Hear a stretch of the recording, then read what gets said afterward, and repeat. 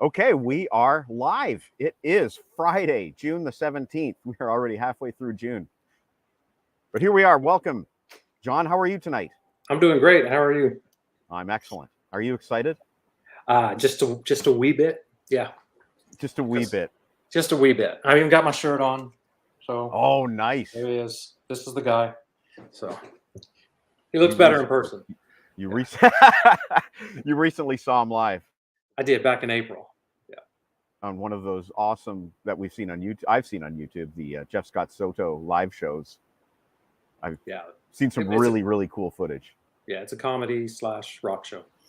The Baron von Bielski will be here tonight.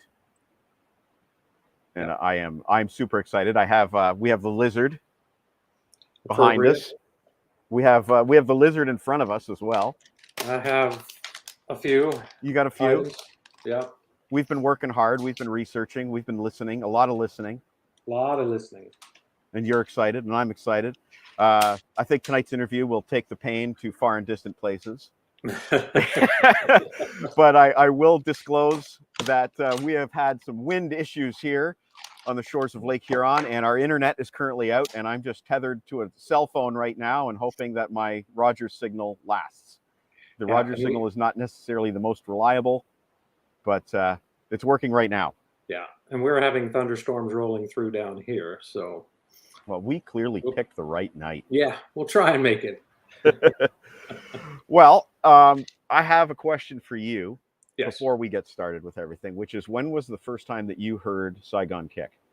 It would have been off the Lizard. It would have been the ballad that everybody should know, Love Is on the Way, that Jason wrote.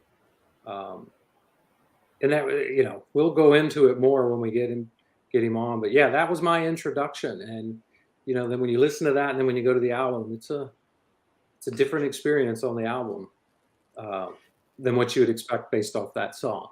Yes. A good experience. It's a varied album. It's, the year 1992 was such an interesting year in rock because of some of the bands that were putting out really great stuff at that time, Saigon Kick being one of them. Yeah. But a lot of stuff that was really kind of pushing the boundaries and not content to just, here's 10 songs that sound alike. Yeah. Instead, it was, here's 15 songs that sound largely different from each other in every way. Yeah, all their influences are just all over the place. And indeed, it's really makes it for an interesting, enjoyable listen. You're not bored, even though they're like these, there's 15 songs on this thing, and you enjoy every one of them. Not lazy. No, there's nothing lazy about these albums. No. Well, it is getting close to 7. Why don't we bring on our special guest tonight, Mr. Jason Bieler? Shall we? Well, let's do it. Shall. And you're slow on the cue, folks. We're off to a great start. Let's bring on Jason Bieler. The LeBrain train is proud to present Jason Bieler.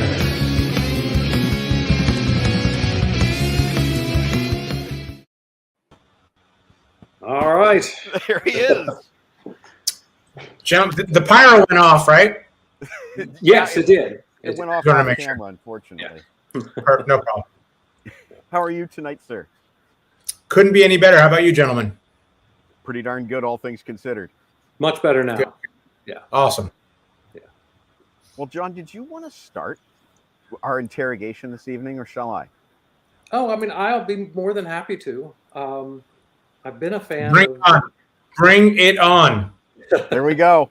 I've been a fan of Jason for a long time, not knowing at first who you were exactly, because I was Saigon Kick and it was just a band at that time. But over the years, I've learned who you were, and I think I still missing a few albums, so I've got some work to do. But I have been a fan a while. I just saw you back in April with Jeff Scott Soto, so I want to talk on that. But I also just want to talk about that new stuff that's coming. Sure. You have this incredible single with the Baron von Bielski Orchestra, hopefully for the second album, I'm assuming, that's coming. Mm-hmm. The song Sick Riff. Yep. Wow. That is a sick riff. Let's just go ahead. The title of the song is True. How did you come up with that on it. It is a heavy song. Wow, I don't even know a lot of times how I come up with what I do. I just I don't like to question it because I feel it'll go away. Like I'll scare it off if I start to analyze how it happens. I kind of sit back and go, oh, I can't believe that happened. And then I go on to the next one and, oh my God, another one, and kind of just blissfully ignorant to the process.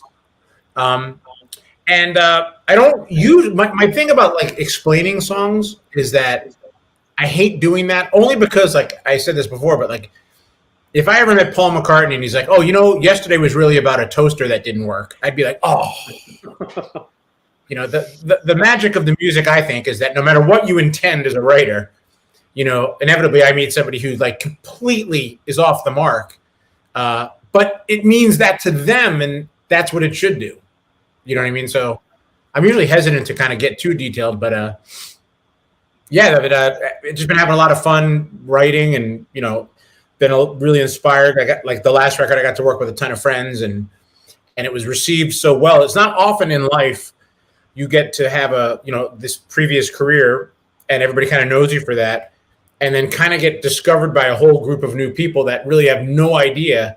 I mean, Saigon Kick was a successful band, but not so successful that this new record was like all the prog metal guys who picked it up had no idea about the past. So it's kind of neat to have these two different audiences at this point. Shameless self-promotion. No, self-promotion is good. So I've checked out live versions of Sick Riff on YouTube, and it sounds awesome live. Yeah, how do you do it live? Well, it wasn't. We really had a bit of a train wreck in the sense that it was a day before the show, and it was our first gig. And the bass player that we were going to use is this amazing bass player named Kevin Scott, and he got called to do the Government Mule Tour, and it was like a 3 or 4 week thing, filling in. And so at the last second, like we had to rearrange everything and try to figure out and find a bass player. And of course, it was like NAMM weekend. So anybody who wasn't already playing was at NAMM. It was just a nightmare we found a guy who was fortunate. We were fortunate to find a guy who kind of helped us get through it, but it kind of never felt like we got our legs beneath us really for that. So, but thanks. I'm glad you liked it. Yeah. I'm kind of curious how you feel about YouTube. And the idea that you can play a new song one night and I can go and watch it on YouTube the next day and post all my opinions about it, and you have no control over that, it seems. I've just gotten to the point where I don't pay attention to anything because I think, one, there's a group of people who tell you you're the greatest thing that's ever happened, and you kind of know that's not true. And then you have the other group of people who are like, this guy should be boiled alive in a vat of his own urine or something like that. And, you hope that's not true. No. So you don't want to get too high or too low. And I find like wandering into any of the comment sections or wandering into I generally hate hearing myself anyway. Like I don't even listen back to my records, or I enjoy the process of making them. And then I feel like when I'm done, I'm kind of thinking about the next thing. So unless I have to relearn something for whatever reason, I really very rarely listen back. Maybe one day when I'm older and sitting on a porch, I'll have a day to just kind of go through the catalog of stuff, but but I try to avoid diving too deep. On occasion, you can't help but eventually, I am a genius, and then you start to see something negative. You start to see the negative comment. You're like, close. No, that can't be right. That's funny. That's a good answer. Earlier in the year, or I should say, end of 21, you released another song that wasn't off Songs for the Apocalypse, Human Head. Correct. And is that one that's going to be for the new album, or was that just a one-off release that you had? We're going to sorry, go ahead. I was going to say, we're going to do it. Yeah. I mean, like everything I do, it's going to be a series of singles. And I'm probably going to go a little deeper single-wise before we release the record this time. So we might do 5-6 songs, and then different remixes of things. And then maybe the full record will come early next year. Just because I think, there's obviously a value to having a record. There's a lot of people, and I'm very lucky that people still care about having the full record. But there's such an attention problem that people don't, once your record's out, it's like you do all this work, you release the singles, the record comes out, and like the next week it's like over, and no one cares anymore. Not because they're being mean, it's just because 8 billion other things have happened. As to where I think if you keep doing the singles, you know, like even for me as a fan, like, you know, if Meshuggah releases a single every, you know, 6 weeks, or James Addiction or Tom Waits, I mean, I kind of have a lifestyle where I can digest each one of those, really enjoy it, and I'm always excited, and I can't wait to hear the next one. As to where the record comes out, and I'm not going to hear from them again for 2 years, it's kind of, we don't live in a world like that anymore, I don't think. No. So there'll be a lot more singles on this one. All right, good. That's cool. What about guests? You had a massive ton of guests on the first one. We're going to see that again? I want to be very clear. It wasn't because of the pandemic and they had nothing else to do. No, it was because you're a genius. It's because I'm a singular genius. You've read the comments. I don't have to tell you guys. Yeah, it was a wonderful thing. I mean, I don't know that we're going to repeat it to that extent, because it really happened so wonderfully, like, unplanned. Like, they're my friends to some degree, some much closer, but generally all of them are friends, and we've all talked. And so when we were going to do the record, I was like, you know, I'm just going to reach out to 30 of my buddies, knowing that 20 of them are going to either be on tour or not be able to do it for whatever reason. And, you know, if I can get 2 or 3 guys, that'll be awesome. And every single guy said yes. I mean, it was amazing. I couldn't believe, like, everybody wanted to do it. So the odds of that happening and coming together like that again, I know you don't push your luck is my theory, but have some amazing people on this record as well. You know, Andy Blacksugar, who played on the first record a bunch, is going to be on this record as well. And who else did I just have play some stuff? Edu Cominato, who's a drummer from Brazil, he's on it. Oh, Marco Miniman just played on a track, who plays with the Aristocrats, and Guthrie Govan, his drummer, just a unbelievably freaky, talented man. So there will be some guests and some cool stuff happening, but I don't think it'll be to the extent of the last record. Yeah, I mean, you had the players on that of Apocalypse. I mean, Todd LaTorra on drums, not singing, but on drums, which he did for their last Queensryche album. Todd can sing? Yeah, he's not too bad. I've heard. It's funny. I've asked him. I'm like, you're such an amazing singer. Like, but what would you, you know, all things considered, what would you do? And he'd rather be a drummer. And he's amazing. What about you? Because you're a songwriter, a singer, a guitarist. You own a label. I mean, you do all these different things. What is your favorite of the bunch? Well, I don't consider myself a singer, because that, I think, comes with a whole bag of psychotic problems in and of itself. You know, I think I have a sound to what I do, but like Jeff Scott Soto is a singer. Like, you know, I mean, that and Todd's just an amazing vocalist. I just like making music and being creative. So, like, I'm really happy if it's playing a triangle or guitars or finding a tuba or, you know, singing vocals or making harmonies. I mean, I've always enjoyed creating, and it's just a language that has always made sense to me. And, you know, it's like one of those things that I think, you know, I have friends that are really good at math or friends that are really great at, you know, drawing or art or things like that. It's become this, you know, I always love it. So I'd be doing the same thing if no one was listening, which is kind of frightening. But I just love it. So I'm happy. I really don't have a favorite thing. Being creative is my favorite thing. Yeah. Good answer. Yeah. Nope, that's good. Mike, you have anything? Yeah, you know what? I wanted to ask, speaking of the singing thing, I was kind of curious, you know, just the way things unfolded with Saigon Kick. Do you think you would ever have become a lead vocalist if Matt didn't leave the band? Matt's a great singer. I wrote most of all that material and demoed out both of the vocal parts on a lot of those songs. So a lot of that stuff was just the way I wrote them anyway. I mean, so the partially responsible for that vocal sound was the two of us. So becoming a lead singer, the reason why that kind of went down the way it was is we unlike every other band that recorded in LA, we were in Sweden. Right. So we were in Stockholm, and we were kind of very isolated from really friends and the record company and everybody. We were just by ourselves in Stockholm, which was wonderful.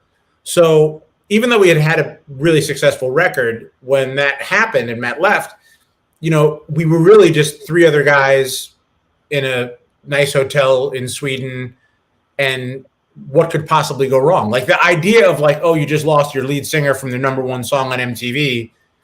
We were so, ignorant to the ramifications of that we were just like, well, let's make a record. I mean, we had demoed most of the stuff and heard most of it, so let's just, move forward. Assuming that it would go exactly like when, Peter Gabriel left Genesis, which was not exactly the trajectory. I don't know if you've paid much attention to the historical impact of either prior or post, but we just figured we'd make a record and be creative, and it was a wildly creative record because we just, to our credit and to our to our great disservice, we just didn't think about anything other than let's just get wilder, let's be more experimental, let's make a record. And then only when we got back with the record to the U.S. and started, I was like, oh wow, like this might present a slight problem for the fan base or for the label or for some of that stuff. Well, if I may share with you, the one comment that I got all week when I was talking about doing this interview was, ask him about the Water album. I love the Water album. Like that was a consistent comment that I was getting. So that's awesome. There you go. It did strike a chord with a lot of my viewers for sure. It's nice. A lot of people really responded to that record, and now that time has passed. I mean, there are camps. There's the latter two records, and there's the first two records that those Saigon Kick's only the first two records, and then there's a lot of people who feel and there's a lot of people who like them all, which is awesome. And that's fair game. You know what I mean? That's what it's all about, I guess. Do you like that there's that controversy in your fan base? Like it's a Van Halen thing, right? I wish, right? Like the seven people who care are quite passionate about. I look at it this way: the fact that I'm a part of anything musical in any capacity that means something to somebody is about as lucky as you get. I mean, to be sitting at this point, still being able to make music. I've never had a real job in my life.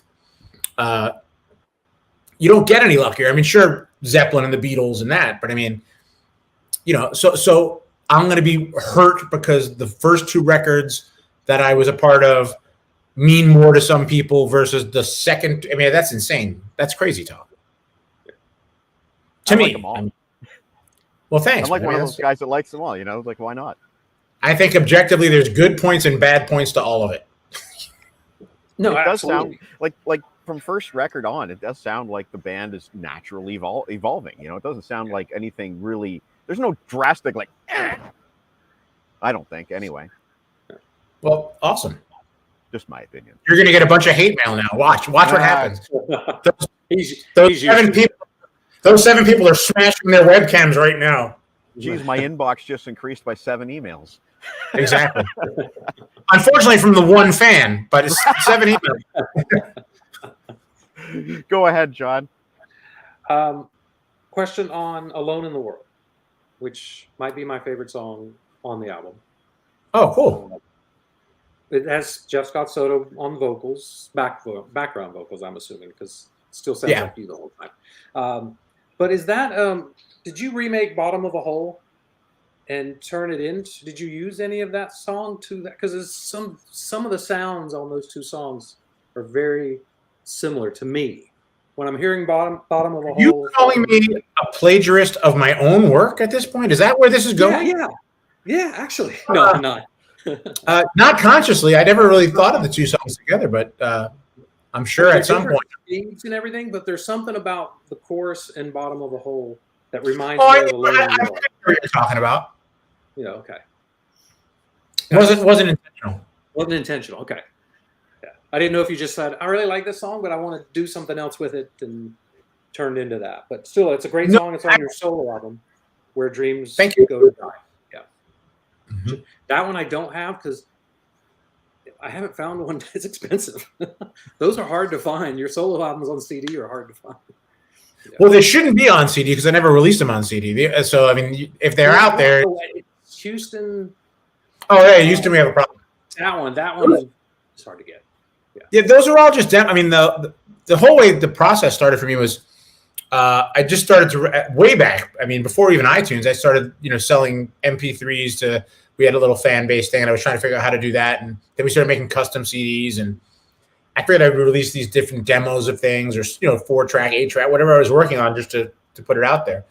And then as Bandcamp progressed a couple years back, I just said to myself, like, having produced a lot of stuff and worked in, owning a studio and having all the bells and whistles, I was like, I wanted to just get back to writing music and focusing on the writing and not get lost spending 3 weeks on a snare reverb, or like, the reflection of the vocal is, 250 milliseconds. And it's, I just wanted to write. So I kind of set this challenge for myself to, like, write from scratch, record, mix, and put it out in about 24 hours. And that's what the whole Bandcamp thing and like Where Dreams Go to Die and all that stuff came out. So I wound up releasing like 150 songs like that over a 2-year period. And it was really just purely a writing experiment with no commercial aspirations. And of course, when you're not trying, it developed a cool little cult, following, and the support for it was amazing. But yeah, that was never like meant to be like, these are fleshed out fully. It was really, I just wanted to write and I didn't want to get stuck. So I wanted to force myself to move on and just to get sharper and find better ways of sculpting the music or changing things. And I think the only way to do that, even as a writer, word writer, is to just write, write a lot of pages, write the pages, get up in the morning and write the pages. And then hopefully as time goes by, you're going to get better and sharper at it. In theory. Makes sense. I think, I'm not going to brown nose here, but I think you keep getting better. Everything just gets a little more interesting, just gets, I don't know, like I said, it's just as I've gone through your catalog, some people peak and go down. I think you're still trying to peak, and it's been enjoyable. It's been a fun ride spending these last few weeks, like just really diving into everything. Yeah. That's amazing. That's amazing to hear. By the time I'm 90, 95, I'm going to be a dominant artist on the scene in terms of my output. I'll finally get my credit. Hang in there. Well, John, since you brown nosed, I'm going to do one too. Okay. I just wanted to mention my favorite song, which is Anthem for Losers. Oh, wow. And, cool. One thing I really love about it, it seems like a crazy mashup of genres, and like I'm curious where that twang came from. Well, the twang, it's funny you should bring up, came from a genius friend of mine, Clay Cook. And Clay is the guitar player in the Zac Brown Band, and also plays piano. And that was what was so fun, because for the first time, like every musician that I dealt with was brilliant in their own right. So it was really interesting, because my first thought was I'm going to ask everybody, and then my heart after I did that was like, oh my God, like, what if Butch Walker or Clint from Seven Dust sends me something back, or Todd does something and I don't like it? Now I'm in this horrible, like, they just donated their time and efforts to my record, and now I have to say, I'm not going to use that. It's like that was what I was. So every time I would open up someone's, session, I'd be like, oh my God. And every one of them just crushed it. And Clay in particular, I thought, did really cool, interesting things that you wouldn't think would go in that song, in particular, but he's so talented. I mean, he co-wrote with John Mayer, if I have it correct, on the John Mayer's first solo record. So like Clay comes from an old school kind of hook, songwriting kind of background, which is awesome. Well, that's my personal favorite. It's been stuck in my head all week as I've been revisiting a lot of these songs. So there's my brown nosing, John. Thanks. Quota. This is a really nasty interview. You guys got to start to get better. I know. Hurting my It's coming. I'm Canadian. This is how we do it. All right. We'll stick with your stuff that's going on recently. You've got some shows scheduled with Jeff Scott Soto coming up this year. I think there's 4 shows coming. Whose brainchild was it for you two to get together and start doing these little shows? I shouldn't say little. Well, shows. initially, I just went out because I wanted to, you've heard a lot of, I think, writers say that, I just want to take the songs out with an acoustic guitar and see what I got, because you can produce everything all you want, but I think it's true that a great song will stand up with just a guitar and someone's singing the melodies, it should stand up in general. Doesn't mean every great song does that. I mean, I'm sure there's some great EDM and pop tunes that maybe don't work as well, but in general. Yeah. So I just went to these singer-songwriter rooms. So I was like, look, I'm not going to play rock clubs. So it was kind of an initial battle because like I went to Rockwood Music Hall in New York City or Hotel Cafe in Los Angeles or, these kind of like Amy Mann would play there and, Ed Sheeran on his days off. And those guys were like, wait a minute, you were in Saigon Kick. Like, are you going to show up in like spandex and do like kicks off the, like, is every song going to be about like some hot chick in a fast car thing? Like what, I don't know if you're right. I was like, no, trust me. So went back to ground zero doing that. And those shows started to do well and better and better. And obviously Jeff and I have been friends since I was 18. He gave me my first ever gig professionally.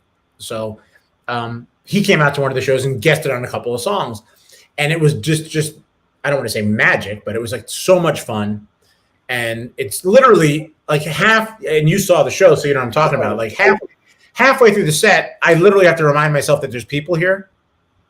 And I'm not like just goofing with my buddy over beers. Like it really like, and it happens all the time because we're just going at each other and having fun. And then I'm like, oh, there's people here, dude. We should probably play a song at some point.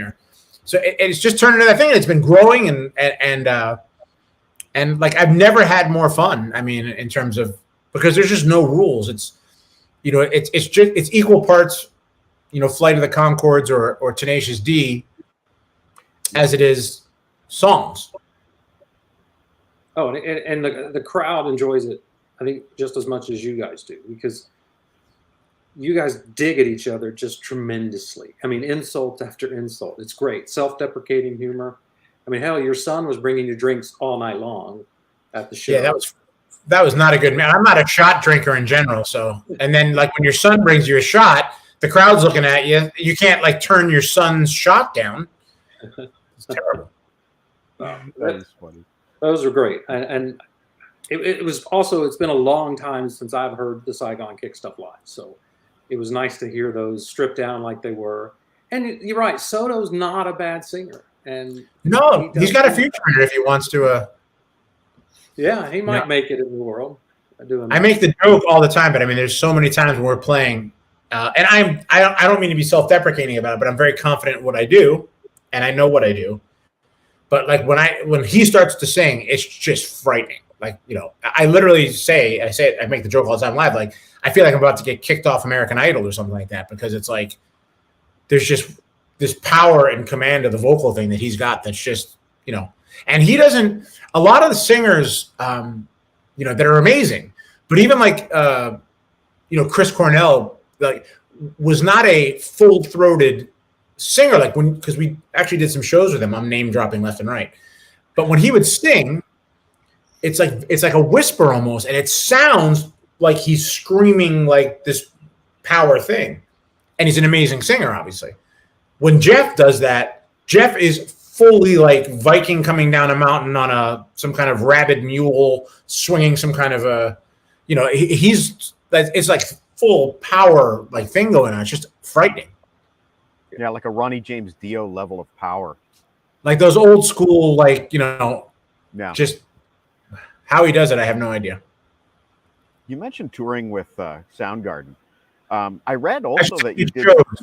We did shows. I shouldn't say tour. Yes. Okay. I read as well that you'd done a bunch of shows with Faith No More back in the old days as well.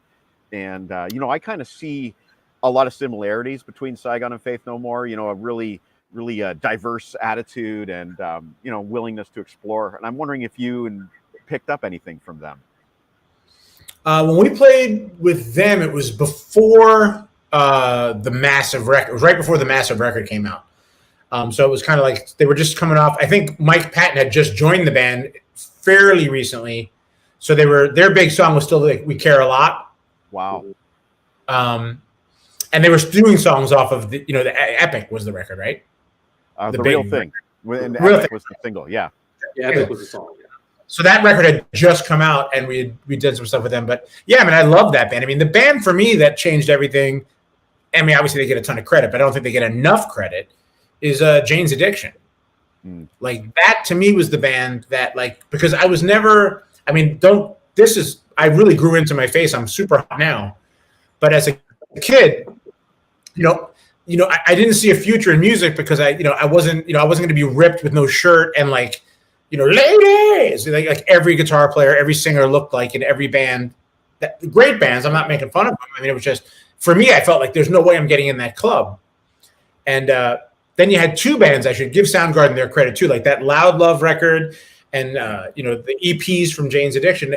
Those were the first bands I saw that were like heavy, but the topics were way more interesting. It wasn't, party night and hot chicks. It was, psychedelic, and it was deep and dark and cool. And it wasn't about, doing high kicks and stuff like that.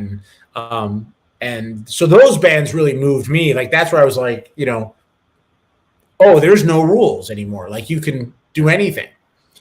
To our credit and discredit, we always did ballads.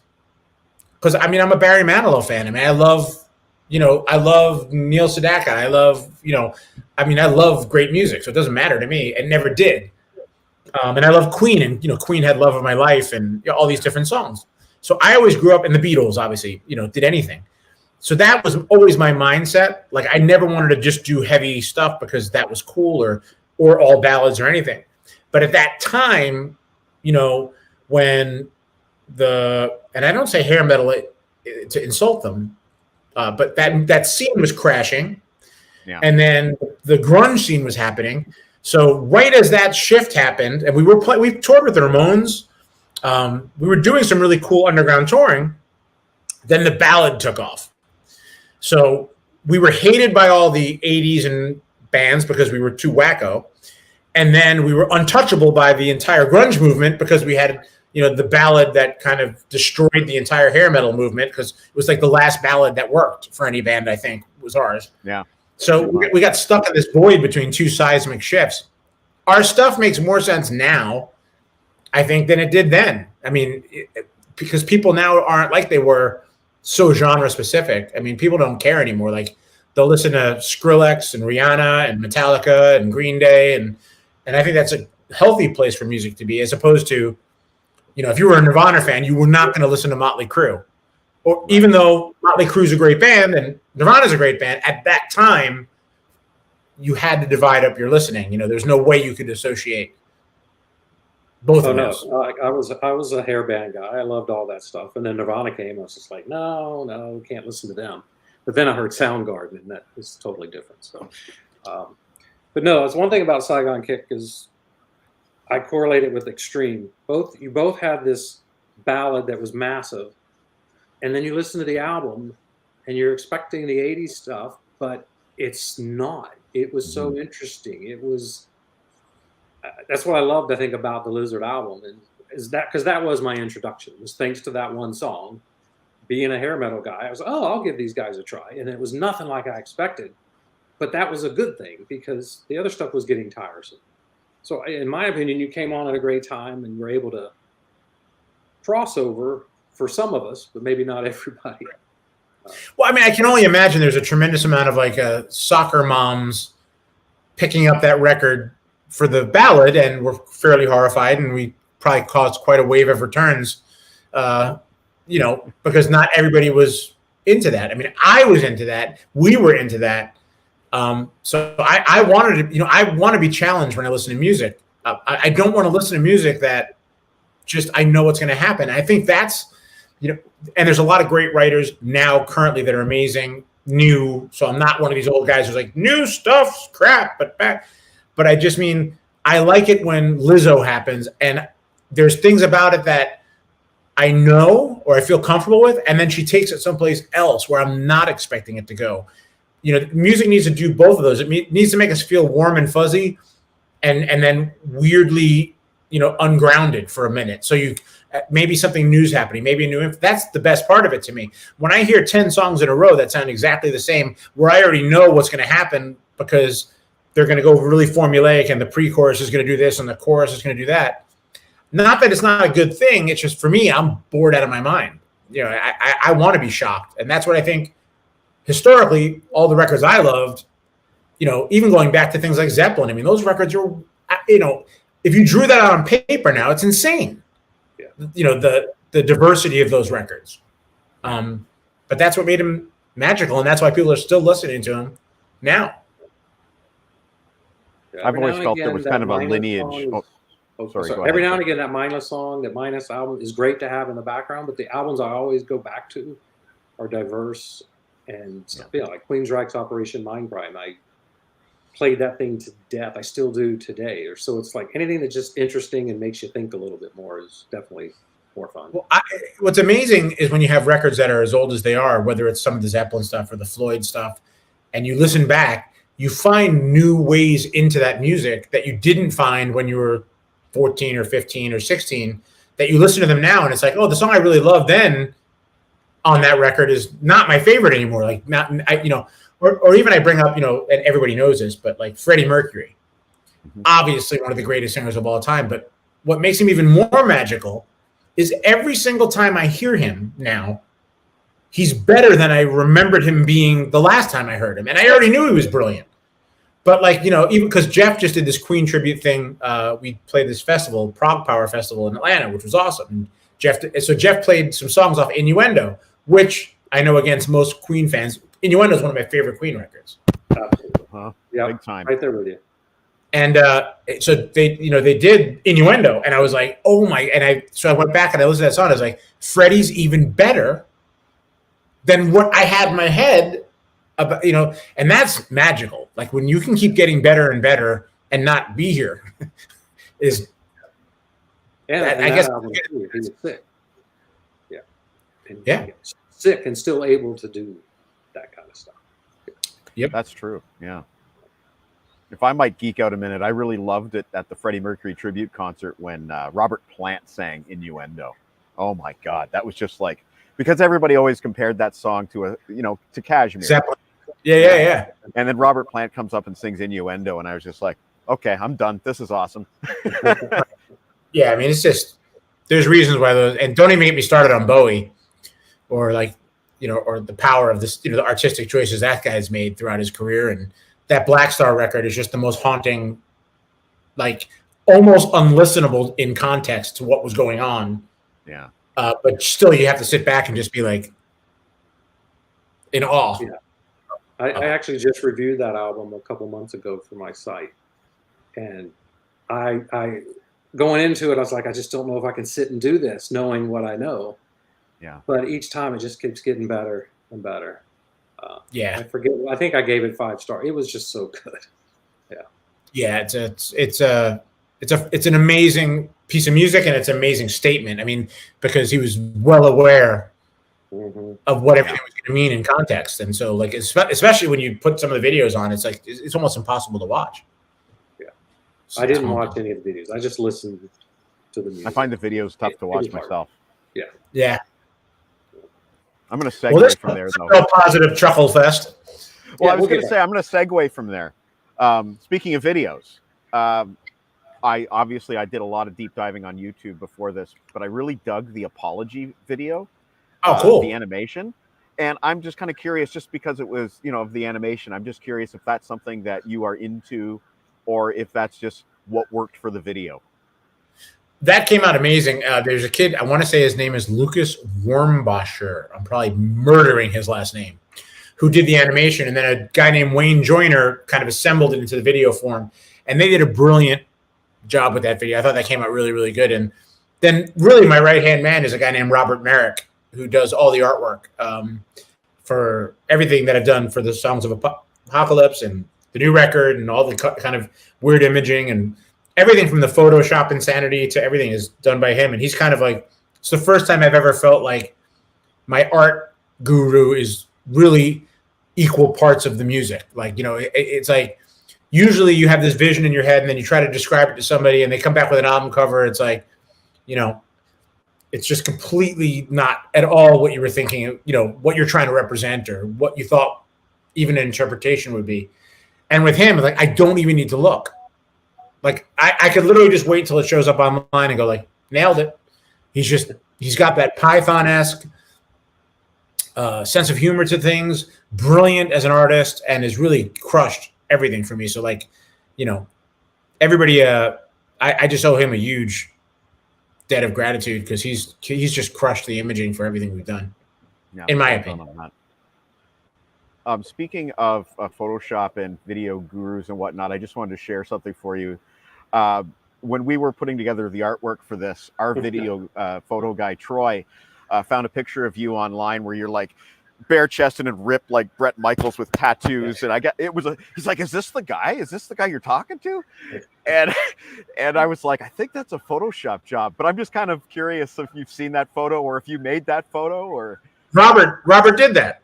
Okay. And okay. there's two great stories I'll tell you about that particular photo in particular. I got asked a couple of about a year ago to do a project with this amazing drummer Jonathan Mover, who played with Joe Satriani and Marillion and all these. And so he was doing this deep dive into like real prog stuff, like old King Crimson and old Genesis, and 15-minute songs, stuff that I never really heard as much. He's like, but I'd love you to play on it. I'm like, great. So I'm like, who's going to sing? He's like, Michael Sadler.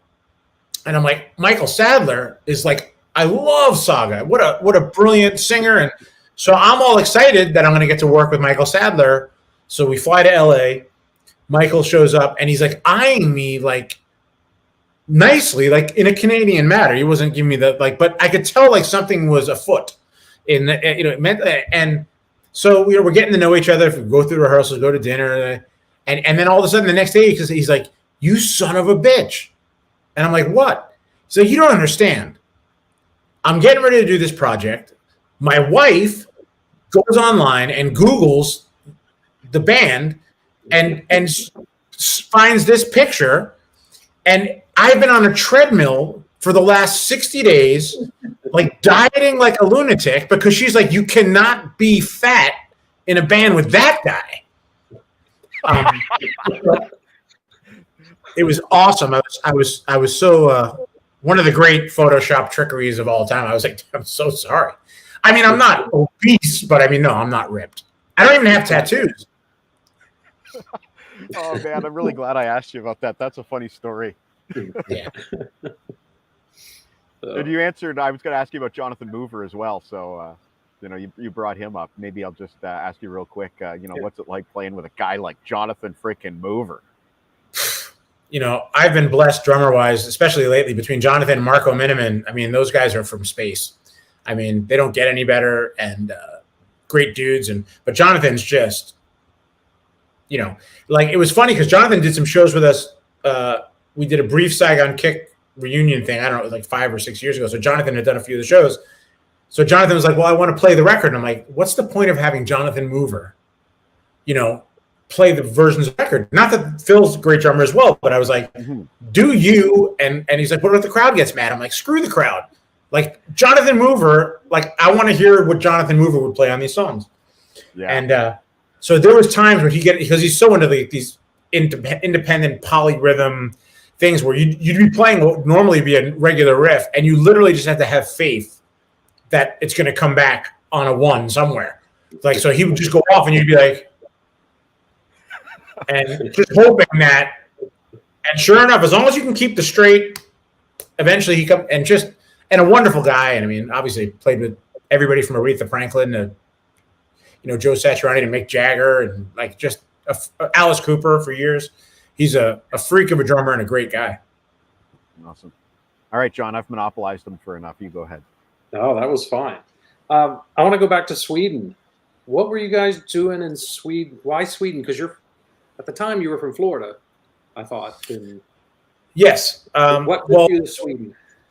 Jumping back a little bit before that, Jeff had given me my first professional gig. So before we were in Saigon Kick, I had played on someone's demo, and that person then found out that Jeff was auditioning people for his new band, which I had no idea about.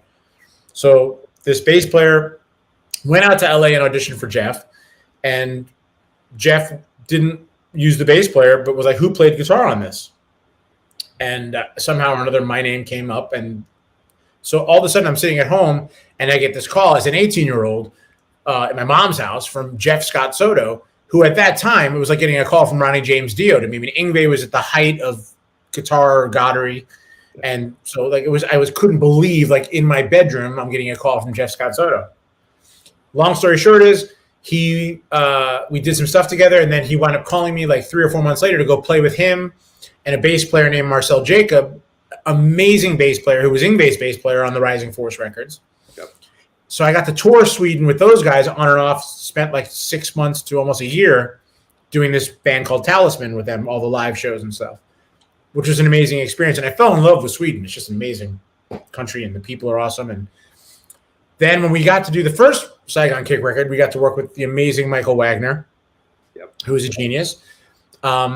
Then as we were getting ready to do the second record, fortunately, I'm still friends, but a really good friend ran the record company, Jason Flom. So Michael was unavailable for a chunk of time. Jason came to my house. I played him the demos, and he looked me in the eye and he goes, I have no idea what you're doing. This is either the worst record ever or it's a great record. I don't know. Just go make it. So it's one of those things where you get the opportunity to produce a record. You're not sure if you should be producing the record, but I'm not going to turn you have to seize the day and make the best of it. So I knew I had to find a great engineer. And so we got this record. I want to say the band was called Bullet Boys. And half of that record was done by Bob Rock, another legend. And then another half of this record was done by this Swedish engineer. But without knowing who did what, the songs I thought sounded amazing were done by the Swedish engineer. Not that Bob's not a genius, because he is. So I was like, well, this guy's amazing, and I love Sweden, and let's go see if we can make it happen. And so this guy named Ronnie Lottie, who's amazing, was the main engineer. I knew that would be an essential part of producing a record, would be, at least if you can make it sound good, then I can only be blamed for horrible songs, not the core sound of the record. And but Ronnie's a badass, and it was just an amazing experience. And then we went and did a good chunk of the Water record there too. Okay. Yeah, because I knew you were over there touring with Talisman, and I do know I have this album, the best album. Oh, wow. Has 3 songs, demos, that you're the guitar player on. Are those the only 3 that you're on ever? I was brought in for the eye candy mostly. Yeah. Well, obviously, yes. No, I didn't know if there were more demos that you worked on, or are those the only 3? No, Jeff tells me, well, they had finished most everything, and then the guy that they were going to use, I guess, and this is what Jeff says, had stage fright and refused to do any live shows or videos or anything. So that's how I wound up getting, someone's phobia turned into my career. Hey, somebody's bad luck is someone else's good luck. So that's how it worked out. Yeah. Yeah. Let's see. I'm trying to flip through here because you've covered so many questions that I had, and we've talked through some stuff. The Rock Candy reissues. I have 3 of them for the 3 albums: Water, Lizard. Very nice. That's the Saigon Kick one. Were you involved in any of that, or was that all just Andy put it? Oh, they licensed it from Atlantic, and as is their right to do. And I did do some liner note things. I think Malcolm Dome, who sadly passed away, is a brilliant journalist from the UK, and a great friend. He had called me and he was going to put together, I guess, the internal workings of the liner notes. So I did a series of calls with him, and we talked about it. But other than that, I mean, had nothing to do with the mastering or the, with those catalog pieces, you're lucky if you get a phone call at all, because they can really do what they want because they own the masters. Okay. Is this the kind of thing that, and I don't know technically how it would be possible, but is this the kind of thing that you would like to in the future revisit, do official Saigon Kick deluxe editions or a box set or something like that to collect your albums and rarities together in one place? I know I should, but no, I really don't. I mean, well, you mentioned you don't really listen to your old music, so a project like that would require it. Yeah, well, it's not only that. I mean, and I know I don't say this because I think anything I'm doing now is more valuable than what was. I just the last thing on my mind is let me go back and work on things from 25 years ago or 20 years ago. It's there, and it means what it means to people, and they're very accessible to whoever wants them, and that's awesome. But I always kind of feel this remaster remix world is a bit of a cash grab For Coverdale Coverdale is pushing his Whitesnake retirement fund because he's Hey, been and- doing box set after box, and I've bought every Yeah. single one of them. But Hey, no harm, no foul. I mean, whatever gets you through the night. I mean, I'm not, like making. I mean, Coverdale's got a career where he can speak for himself. But just for me, it's like, I don't know. I'd rather make something new and and push forward and and I'm lucky that I've been in a financial position for the majority of my life where I haven't a lot of these guys are not Coverdale, but a lot of people are pressed and they're trying to find ways to mine their catalogs in any way they possibly can, and they have bills to pay and kids trying to go to college, and there is no negative thing for me saying that's a bad move. It just isn't holding interest for me. Now, if I got, if everything went to shit and next year I was living in a tent, I'd be the first guy calling you next year. I'm doing a whole reissue of everything I've ever done. So we know that things are going bad if we see an announcement for a Saigon Kick box set. Jason Bieler is remastering the Saigon Kick catalog. Someone reach out to me on the, say, are you okay? yeah. All right. I just want to talk a little bit about my absolute favorite album that you've ever put out. It is Super Transatlantic Shuttlecock. Wow. I completely love it. It's got a couple guys from Saigon Kick with you, but it also has Pat Badger from Extreme. Mm-hmm. And it is funk. I mean, it is rock, it is funk. Is Pat behind the funk part, or did that come from you? I'm extremely funky. Pat's obviously a monster. Pat wasn't in the original version of it. We had done a bunch. This would take another hour to explain to you the saga of Shuttlecock's arrival on the scene. But getting to play with Pat. I mean, we've been friends because we toured with Extreme on their before More Than Words even broke in Europe.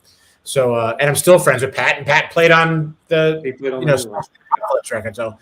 And I'm actually going to see Pat in a couple months at the Monsters on the Mountain show. So, like a lifelong buddy, and it was a great time, to be able to do something together. And obviously, we got to be a part of the American Pie soundtrack, which turned out to be, a gold record. Even if I had to piggyback my way upon larger artists to get it, it still turned out to be a gold record, and it was a lot of fun. Yeah, that was Super Down. I think was on that one. The song Super Down. Yeah. But yeah, it's heavy. The first three songs on here, Shuttlecock, High, and Superstar. I mean, it's just in your face. It's got the heavy bass, the funk sound to it. It is a fun record from beginning to end. Thanks, man. And it also has one of my favorite songs you've done, which is I really love Pretty Must Die. That's the one I was trying to find out. It's just, I don't know. It's kind of a morbid thought, but it's a fun song, and I just want to, Brown knows a little more. I love that album. Thank you. Wish there was some more demos or something out there that I could grab and find that. You guys have been so nonstop mean to me this entire interview. Well, like I said, I'm a Canadian. What can I do? It's in my blood. Unbelievable. I know some guitar players don't like to share secrets, but I'm curious if you can just tell us some of your favorite gear that you use: guitars, amps, pedals.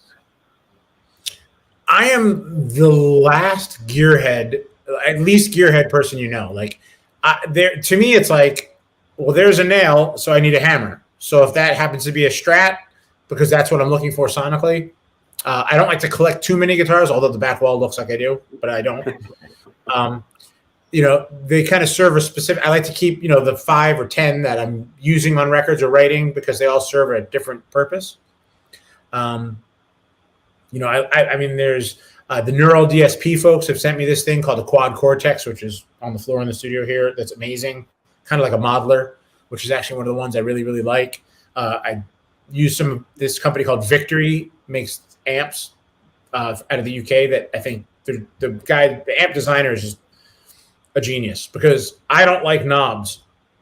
I like an amp that goes on and sounds great, and then you turn it off. I don't want 7 rows of different varying knobs and he just makes amazing sounding amps. And but other than that, I'm not too precious. I mean, just whatever gets it's more like I'm trying to capture something in my head. So as soon as I hear something, I'm like, well, that's a telly, or that would be a, or that would be something heavier, or that would be a detuned guitar, or, just whatever really works for the song. And you generally have lying around what you need to achieve that sound in your head. Yeah, most of the time. Yeah. Well, I haven't gone. I mean, I tried a 7-string, but it's just my brain's too wired for 6-string. I can't get it. Every time I try to play something, I'm in the wrong. Like the bottom string always needs to be the bottom string of a 6-string for me, or all hell breaks loose. So I haven't even been able to do that. Well, I know we need to start wrapping things up a little bit, but John, do you have any questions you're absolutely dying to get in before we say goodnight? He's touched on everything, but I wanted to make sure he promoted anything that you want to promote. I know before the show we were talking about Guitars Under the Stars, something that you have coming up. If you wanted to plug that, I would love to when you learn how to play. It's in Portland, Oregon, with a bunch of great players: Stu Ham, Phil Demmel, Jeff Scott Soto. I know Marco Mendoza. Marco Mendoza, his sister. Ron Keel. Yeah. Ron Keel. And it's a kind of a teaching thing, and then Jeff and I are doing a show, and it'll be an amazing camp. Jeff and I have 4 more shows coming up this year. We try to squeeze them when we can. I'll be doing some full band touring probably towards the end of the year. Got a bunch of festivals that are starting to line up for next year. A bunch more singles coming. Monsters on the Mountain, which is going to be amazing. That's going to be in Gatlinburg this year with everybody from Extreme to Winger. Tom Kiefer is going to be. I mean, it's going to be a pretty amazing. Night Ranger, Richie Kotzen, Jeff and I, a bunch of really amazing. I'm sick. I would love to drive over there and see that. It's not that Jeff far. Guy's name keeps coming. No, up. it's not. It's not far. Better check out this Jeff guy. His name keeps coming up tonight. Yeah, he needs a break. He's been riding your coattails for years. He really has. It's the eye candy. I keep telling you guys that. You don't listen. Yeah. I always oh, sorry. Go ahead. No, please. I was going to say I always like to kind of close with a question that's close to my heart. I'm a foodie, and I'm curious, what's your favorite food? Do you have a recipe you can share with us? I am unbelievably horrible at cooking anything. Even better. Yeah, but my favorite food is Japanese sushi. Like anything sushi based is pretty much going to do it for me. I could breakfast, lunch, and dinner. That's my favorite. But I mean, I'm pretty equal opportunities. So if we were going to pick one thing, that would be that. But I mean, if you want to go to a great Italian restaurant, I'm in. You want to go to Indonesian food, I'm in. Indian food, I'm in. Thai food, you got me. Italian food, bring it on. Just don't ask you to cook it at all. Don't ask me to cook it, and don't ask me to leave the table. I like it. I'm a sushi fan too, so that's awesome. Yes, I like cow. There's a place here in Charlotte called Cowfish. Yeah, my kids love it now. So at least now I can finally eat sushi. They hated it, the smell or whatever. Now at least they do it now. So it's amazing how quickly it's been culturally absorbed here. Because I remember, like, as 18, I was probably 18 or 19 before I even had it, when I like first band trip to LA kind of thing. But I mean, as a kid, I mean, if someone you eat raw fish, you couldn't even comprehend that would be as popular as it is now. But yeah, life changing. Indeed, just like a really good song can be life changing. I hope to write one of those one day. I think you might have. I think you might have already. Just from what I've heard, I'll give a quick shout out to the song "I Love You." I get comments about that song, and I played. Your rudeness will not stand. I know. It's a personal favorite of mine too. Like I just got to give you a big shout out for writing some of these really important songs to a lot of people. Honestly, not just 7. All joking aside, that is pretty amazing. I mean, to hear stuff like that, and that's the whole amazing thing, to hear somebody relates to something you wrote, or it means something, or they were at their their wedding or whatever life event. If you can do something that touches people like that, it's great. Well, there you go. That's enough gushing from me. turn off my Canadian niceness, I guess. John, what else, you want to say anything else? I do want to ask a favor. Ooh. Not that this wasn't a big enough favor already coming on the show. So thank you. I don't know if I'm allowed to take my shirt off on the webcam. Is that? Oh, man. No. I have been trying to get Mr. Soto to come on this show, and he hasn't responded or anything. He did say yes initially, though, right? He did say, I posted a picture on Instagram a while back of my Soto collection. It's like 60 CDs or whatever. And I'm doing a review series on the website. And I'm up through, I'm actually up to this album that they released in 96. So I'm up to 96. So I've been trying to get him to come on. And so, you know, if you're in passing and just want to throw my name out there, that would He's been very busy sneaking into Yngwie gigs. I know he has, and it's shocking. It is was not paid to go in. I just can't believe that. It's just a terrible. He's a horrible man. He's a horrible, horrible man. I will definitely prod him in the right direction. Okay. And you have my Venmo, right? If I pull this off, you have like Venmo or PayPal. You can just send me. PayPal. I can send you something. So yeah, no problem. I'm in Canada. We still do checks and money orders. What's a check? Come on, delivered by Pool down the mountain. That's 100% true. Not a word of a lie. Wouldn't lie to you. Well, thanks so much, guys, really, for spending the night with me and giving me an opportunity to be on the show. It's been a lot of fun, and you know, and again, thanks so much for the support and going over everything. It's really, really kind of you. So one more time, we got a whole bunch of singles that are coming out, hopefully through this year, and then a new album at some point next year. Mm-hmm. Early next year would be the plan as of now. Awesome. So you heard it. That's what's happening. When that comes out, if you want to promote it, let us know. We'll bring you back on. Indeed. I'm counting. Actually. Well, thanks so much again. We do top 10 albums, top 10 songs and stuff, shows, and you ever want to join in for a band you like, come on in. We take it. I appreciate it, guys. All right. Thanks a lot, man. Thanks, absolutely, guys. Have a wonderful night. Thanks a lot. Wonderful night. Wonderful weekend, sir. You too. Take care, guys. Take care.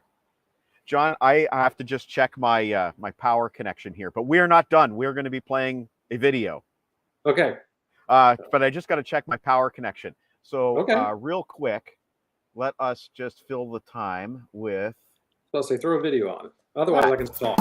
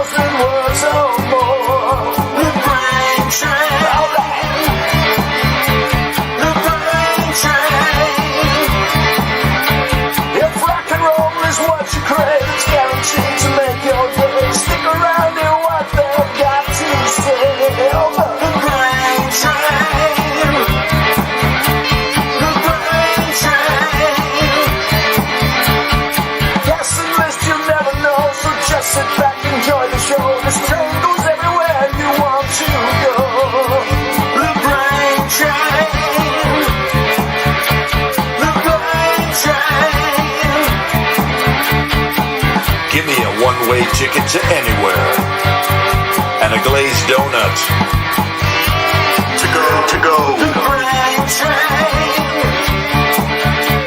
The Brain Train.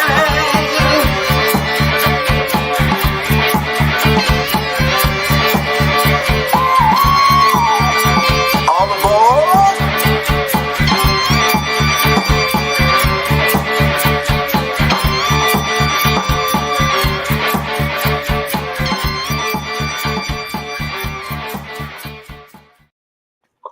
Okay, I have power.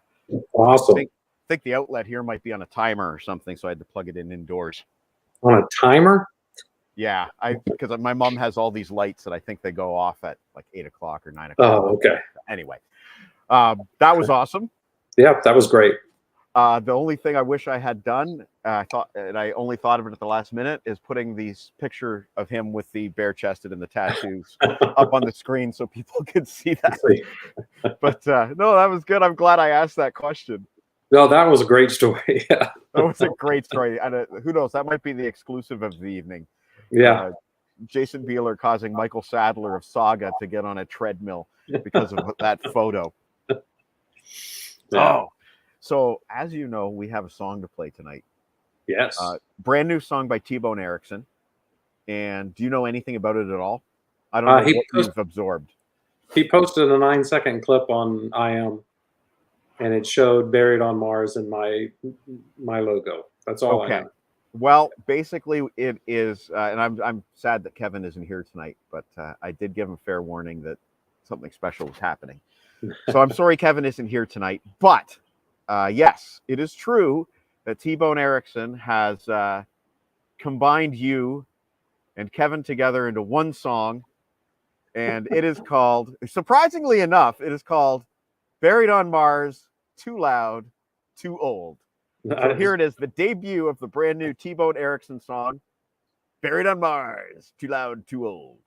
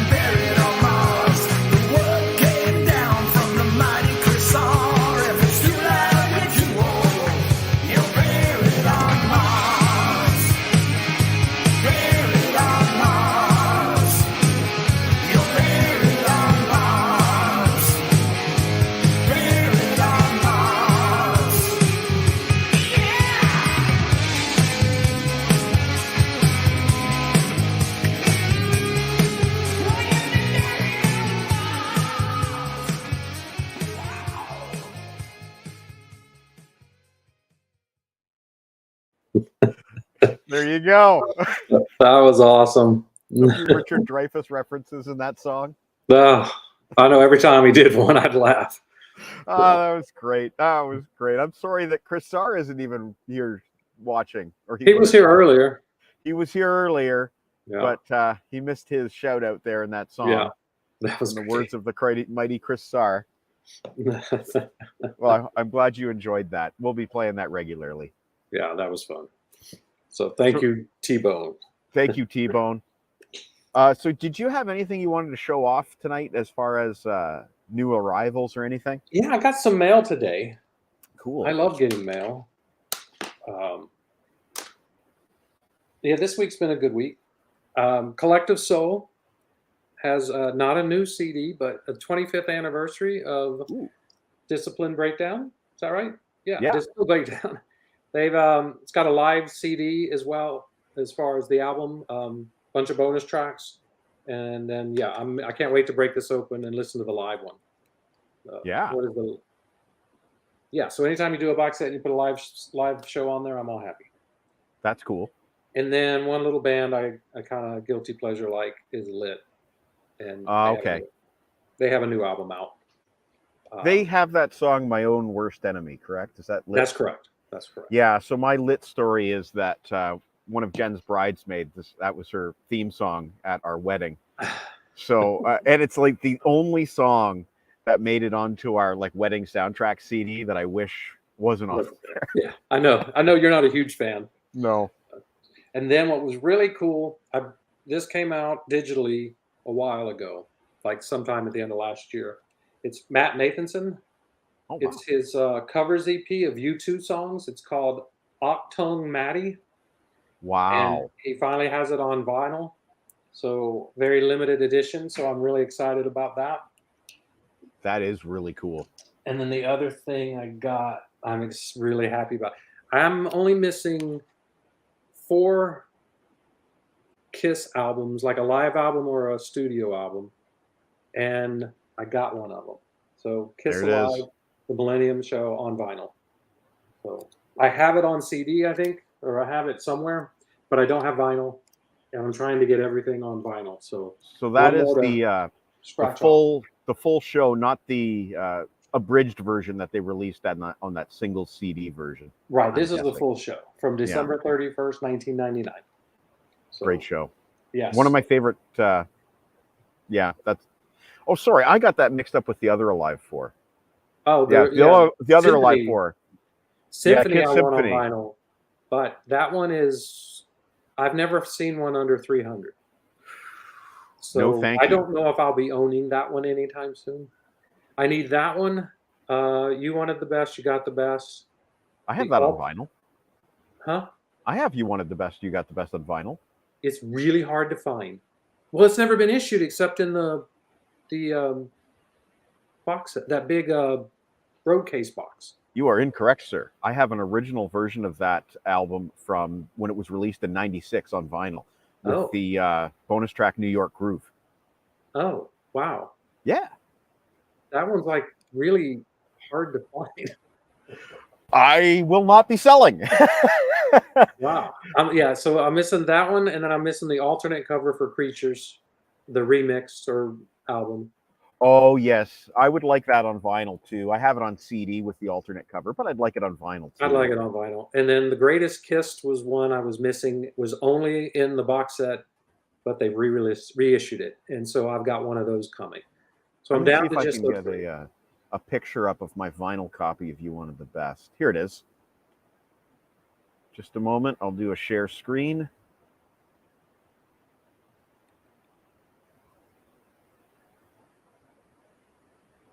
sometime. Yep. Everything's slower tonight. There we go. So I bought that from Dr. Disc in Kitchener the day or week of release. Okay, that one, that's one I want. Nice.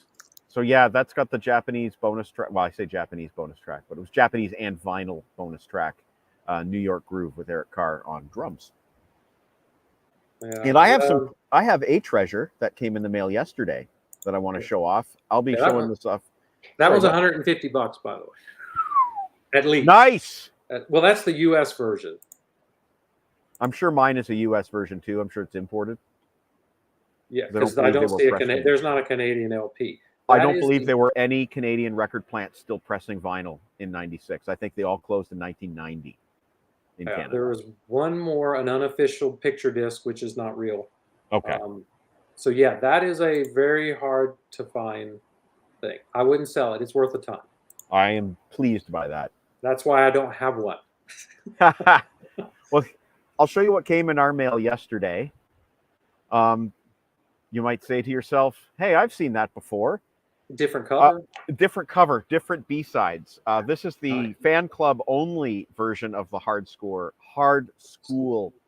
vinyl single. And it came with, you can see there's a little pin there. I'm going to see if I can scroll through the photos here. Did that work? Yeah. Okay, so yeah, Night Train 2022 tour pin, I guess. Okay. There's the back cover. So you can see the live tracks are Absurd and Shadow of Your Love. Absurd was on the previous single. Shadow of Your Love is exclusive to this fan club version. Very nice. There it is. Very cool. Made in Germany. I'm very, very happy about that. It was expensive because I had to join the fan club to get it. Well, And, I Need to Breathe. I've been a member of theirs, but this year they decided they weren't going to do a physical release. For the last 8 years, they've done physical CDs of a collection of live shows because they tape every live show. Oh, okay. So this year they said it's only going to be digital. So I said, opt out. Don't want to do it. 2 days ago they came back. I have a feeling they got a lot of pushback. They have a more expensive club now. You're going to get an exclusive vinyl autographed by everybody. Ooh. With a best of insider live songs that they've put out over the last 8 years on on vinyl and CD. So of course, I'm now a member of that one because it's a physical product. I have to have it. I'm only missing one thing from them, so now I'll have this, and that'll be pretty exclusive. There's only going to be at least, I think, 1,000 copies. I think is all. With Marillion, they had their Front Row Club many years ago where they would release, I think it was every 2 months, an exclusive live album to subscribers. And you could opt out of one show if you didn't want it. But obviously, I wanted them all. Yeah, of course. For the last 3, I think, in the series, they reverted to MP3 downloads. And so I hung on to my subscription, but they ended it after those 3 download-only versions. And now they sell shows on their website on MP3, and I'm just not interested. Like you say, physical product. When there's only so much money to spend, right? Physical product. Yeah, because if something was to go bad and I needed to sell all this, I can't go sell an MP3. You cannot. Yeah. You cannot. So I would rather have a physical copy. And you don't have to worry about a physical copy disappearing in a hard drive crash. Nope. So, yes, physical product, folks. Yeah. I mean, look at it. It's beautiful. It's beautiful. Yeah. You can. Now, for me, this is easier to read because it's bigger. Well, I will not scoff at a vinyl, collection for physical product. It's absolutely gorgeous. And well, I do both now, is obvious. With and cassettes, as we talked about a month ago. Yeah. You got Def Leppard coming. Do you have Def Leppard coming on cassette, or do you have? I've got them all. I got it. They've all come. Okay. Yeah. So, cool. But I didn't know they had the last album on cassette, so now I got to go buy that one. See, you see. Yeah. Well, John, I've got to make some dinner. Hey, me too. I haven't really eaten. So. This has been a wonderful night. Yeah, it was lots of fun. So thank you for pulling this all together with Jason, and thank you so much, Jason, for spending an hour with us. We had a wonderful time, and I look forward to all the new music that he's got. Steady stream of it coming out, looks like. Yeah, sounds like it. I can't wait for that. The Songs for the Apocalypse. If you don't have that one's fantastic. It made my top 10 last year. There you go, folks. So it even beat out Soto's record. Soto made the honorable mention. Jason got top 10. Jeez, I hope Soto doesn't see this. I know. I forgot to tell Jason that. But anyway, that was the illustrious Baron von Bielski. Yeah. And we had an absolute blast with him tonight. So I'm going to go out on a song, but let's not play the same song twice. We'll save that for the next show. We'll play it again. Do you have any requests that you want to hear as our going out song tonight? I just love Open Door Piss. Apologies to anybody who has never watched the show before. This is our song to go out on tonight. It is a song called Open Door Piss by T-Bone Erickson. Well, thank you so much, John, and I will see you in the coming weeks. Yep. Thanks again for writing this week's chapter of The Adventures of T-Bone Man. Oh, yeah, that was a lot of fun. It was a lot of fun. I hope to do that again someday. So here's T-Bone Erickson with everybody's favorite song, Open Door Piss, on the LeBrain train. We will see you next week with James, Dave, and James from the Seagram Synth Ensemble. We are going to be talking about their brand new single called FM, and it's on a brand new format that you have never seen before. So this is going to be another fun show. Yep. Here's ODP. Good night, everybody. See you later.